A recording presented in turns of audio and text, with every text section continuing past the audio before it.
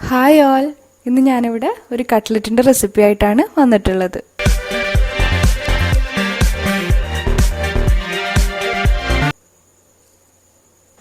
ഇവിടെ ഞാൻ ഉരുളക്കിഴങ്ങ് പുഴുങ്ങി വെച്ചിട്ടുണ്ട്. ചിക്കൻ ഉപ്പും മഞ്ഞൾപ്പൊടിയും കുരുമുളകും കൂടെ ചേർത്ത് വേവിച്ച് വെച്ചിട്ടുണ്ട്. ഒരു ഉള്ളി എടുത്തിട്ടുണ്ട്. ഇനി നമുക്കൊരു പാനിലേക്ക് ആവശ്യത്തിന് സൺഫ്ലവർ ഓയിൽ ഒഴിച്ചു കൊടുക്കാം. ഇതിലേക്ക് സവാള ചേർത്ത് ഒന്ന് വഴറ്റിയെടുക്കാം.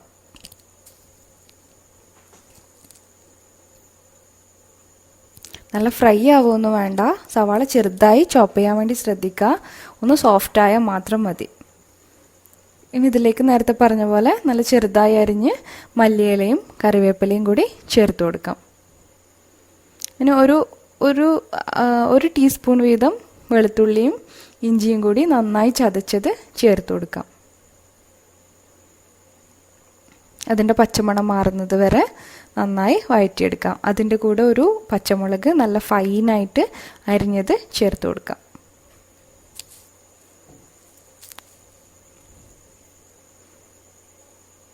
ആവശ്യത്തിന് ഉപ്പ് ചേർത്ത് കൊടുക്കാം. ഇനി ഇതിലേക്ക് ഒരു 1/4 ടീസ്പൂണോളം മഞ്ഞൾപ്പൊടി, അതേപോലെ ഒരു 1/4 ടീസ്പൂണോളം ഗരം മസാല അവ ചേർത്ത് ഒന്ന് മിക്സ് ചെയ്തെടുക്കാം.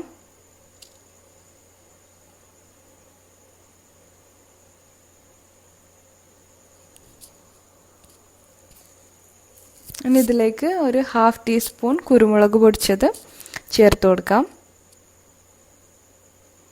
നന്നായി മിക്സ് ചെയ്തെടുക്കാം. നമ്മൾ നേരത്തെ വേവിച്ച് ഷ്രെഡ് ചെയ്ത് വെച്ച ചിക്കൻ ചേർത്ത് എല്ലാ ഇൻഗ്രീഡിയൻസും കൂടി നന്നായി മിക്സ് ചെയ്തെടുക്കാം. ഇതിവിടെ റെഡി ആയിട്ടുണ്ട്. ഇതിൻ്റെ ഫ്ലെയിം ഓഫ് ചെയ്യാം. നമ്മൾ നേരത്തെ ബോയിൽ ചെയ്ത് പൊട്ടറ്റോ മാഷ് ചെയ്ത് വെച്ചിട്ടുണ്ടായിരുന്നു. അതൊരു കുറച്ച് വലിയൊരു പാത്രത്തിലോട്ട് മാറ്റി അതിലേക്ക് ഒരു 1/2 ടീസ്പൂണോളം ഉപ്പ് ചേർത്ത് കൊടുക്കാം.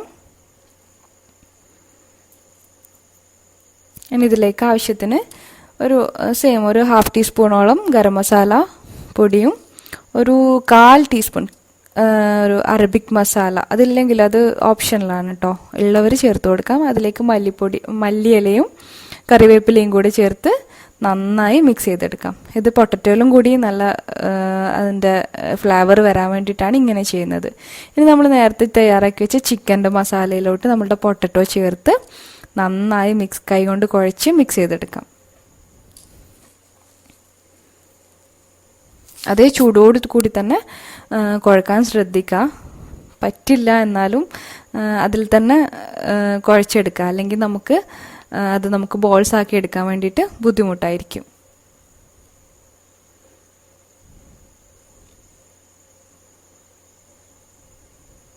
ഇനി ഓരോ ചെറിയ ബോളായി എടുത്ത് നമുക്ക് കട്ട്ലറ്റിൻ്റെ ഷേപ്പിൽ പരത്തിയെടുക്കാം. കൈ കൊണ്ട് തന്നെ മോൾഡ് ഉണ്ടെങ്കിൽ അത് ഉപയോഗിക്കാം, അല്ലാത്തവർ കൈ കൊണ്ട് തന്നെ നന്നായി പ്രസ് ചെയ്ത് ഷേപ്പ് ചെയ്തെടുക്കാം.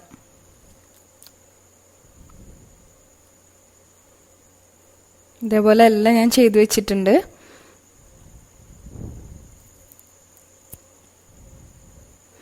ഇനി ഒരു 2 ടേബിൾ സ്പൂൺ മൈദ എടുത്ത് അതിലോട്ടൊരു 1/4 ടീസ്പൂണോളം ഉപ്പ് ചേർത്ത് ആവശ്യത്തിന് വെള്ളം ചേർത്ത് നല്ല ലൂസ് കൺസിസ്റ്റൻസിയിൽ ഒന്ന് ബാറ്ററാക്കി എടുക്കാം. നല്ല ലൂസാക്കി ബാറ്ററാക്കി എടുക്കണം.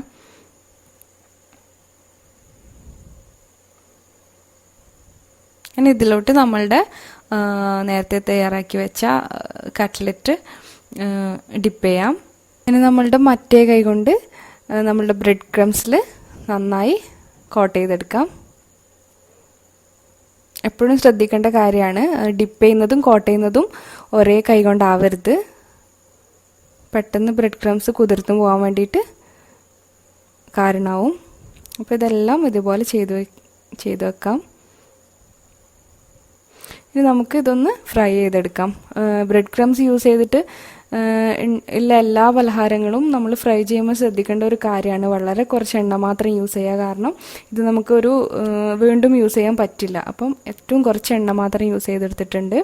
ഇനി നമുക്കൊരു ഗോൾഡൻ ഷെയ്ഡ് വരുമ്പോൾ തിരിച്ചിട്ട് കൊടുക്കാം. രണ്ട് സൈഡും നല്ല ഗോൾഡൻ ആകുമ്പോൾ നമുക്കിത് പ്ലേറ്റിലോട്ട് മാറ്റാം. അപ്പോൾ നമ്മളുടെ കട്ട്ലറ്റ് ഇവിടെ റെഡി ആയിട്ടുണ്ട്. എല്ലാവരും ട്രൈ ചെയ്ത് നോക്കുക. സബ്സ്ക്രൈബ് ചെയ്യാൻ ആരെങ്കിലും ബാക്കിയുണ്ടെങ്കിൽ സബ്സ്ക്രൈബ് ചെയ്യുക, കമൻറ്റ് ചെയ്യുക, ലൈക്ക് ചെയ്യുക, ഫ്രണ്ട്സിന് ഷെയർ ചെയ്യുക.